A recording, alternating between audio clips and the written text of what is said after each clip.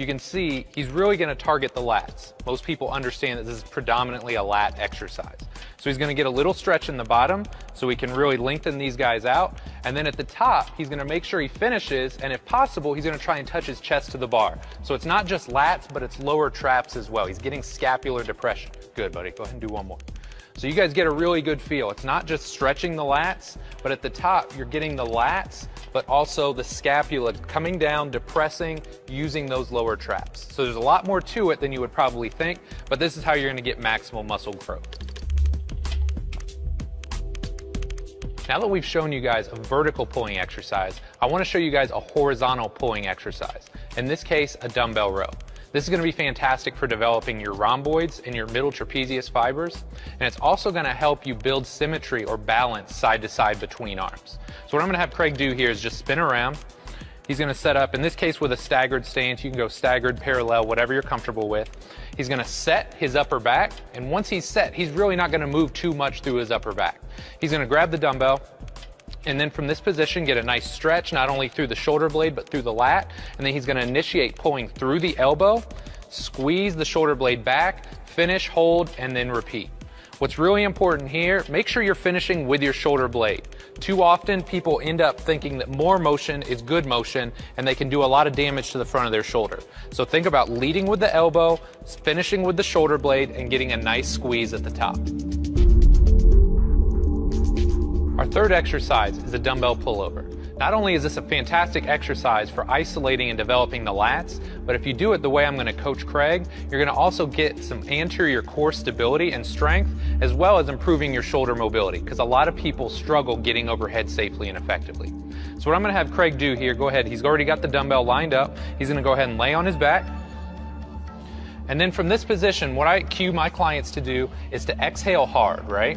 So big breath in, exhale hard. You can see his rib cage come down. He's going to hold this ab contraction, and as he goes overhead, he's going to work hard to maintain this. When he holds this position, he's going to get a really nice stretch on his lats. He's going to make sure he's developing through a full range of motion. One of the big issues, if somebody starts to arch their back really hard, their lats are never getting that stretch, so you're not going to get the same kind of growth.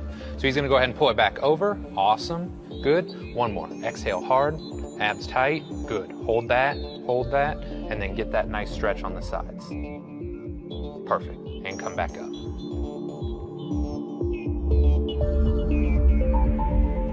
The final exercise we're going to show you guys here today is called a face pull. Now, this is kind of a hybrid movement. It's not really a vertical pull, it's not really a horizontal pull, but that's nice because it gets us out of those standard planes of motion and just breaks up the training a little bit.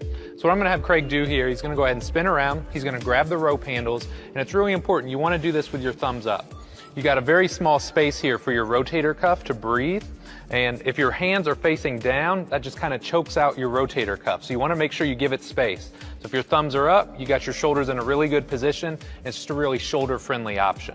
So from this position, he's going to set his upper back, he's going to lead with his elbows, and think about squeezing those shoulder blades together. See a nice squeeze, finishing with the elbows approximately in line with the body, and then go ahead and go again. So you can see nice stretch through the mid-back, and then leading with the elbows, squeezing the shoulder blades back. So it's not a traditional move, or maybe one you're familiar with, but this is a fantastic option for building the upper and the mid-back. After watching this video, you should have a PhD in muscle building. So I hope you guys are going to take this stuff that we've learned in the video and apply it to your training in the gym. And with that being said, if I can take one thing, or have you take one thing away from this video, it's that the back works as a seamless integrated unit.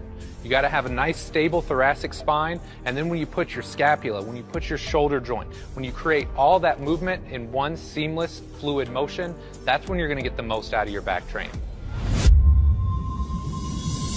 Learn muscular anatomy, biomechanics, the skeletal system, muscle function, and the best exercises to build lean mass.